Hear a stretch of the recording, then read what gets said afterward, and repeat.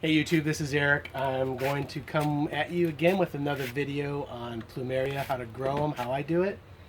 Today I'm going to talk about rooting Plumeria cuttings in only perlite.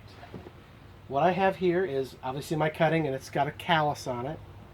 This is a Count Poly.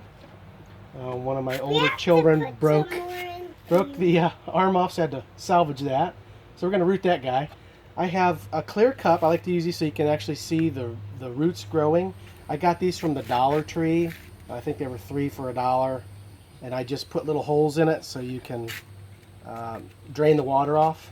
And I also have perlite. It's just straight perlite. There's no soil in there at all. It's just perlite. And then I have a rooting hormone. You can use nothing, or you can use a rooting hormone.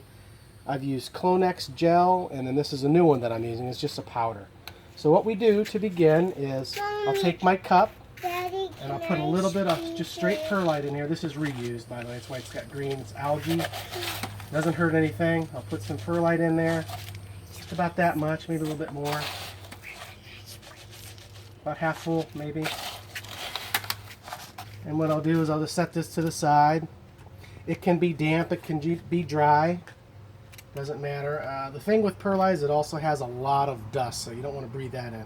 I just take my cutting here, that's calloused again, dip it in water, and for the dry powder, I just take it and stick it in to the rooting hormone, tap the excess off. That's what it looks like. Make sure I cover that so I don't lose it or get it wet. I'm in Florida. I'm in zone 9B. Very warm and humid down here this time of year. Mid-June. So now what I'll do is I'll just take the cutting and I'll put it right into the perlite, right like that, and just hold it. And then I'll take some more perlite. That'll stand out. Make sure it doesn't fall over. And you just add some more perlite to your cup. Been getting a lot of questions on this, a lot of people asking how to do it. They've never heard of it. This has really worked well for me. And you just tamp that down and it'll stand up by itself. Add a little bit more.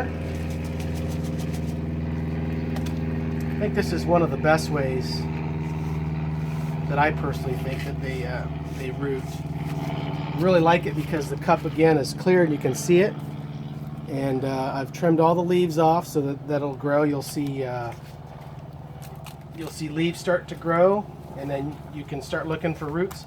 And all I do, you guys, is just pour a little bit of water one time till it comes out the bottom, and I just let it set. Keep it out of the direct sun. Keep it in like a semi-shade where it's pretty warm. Bottom heat works best. And you can just let that go like that. Another thing you can do is you can secure, I like these old pool noodles. I can take them like this and just kind of sandwich them in the top of the cup so it doesn't get moved around, and it won't move, and the roots will be just fine. So thank you again for tuning in on my episode on rooting Plumeria in straight perlite. If anybody has questions or comments, just feel free to leave them for me. Please subscribe, please like it, and share the video. Thank you.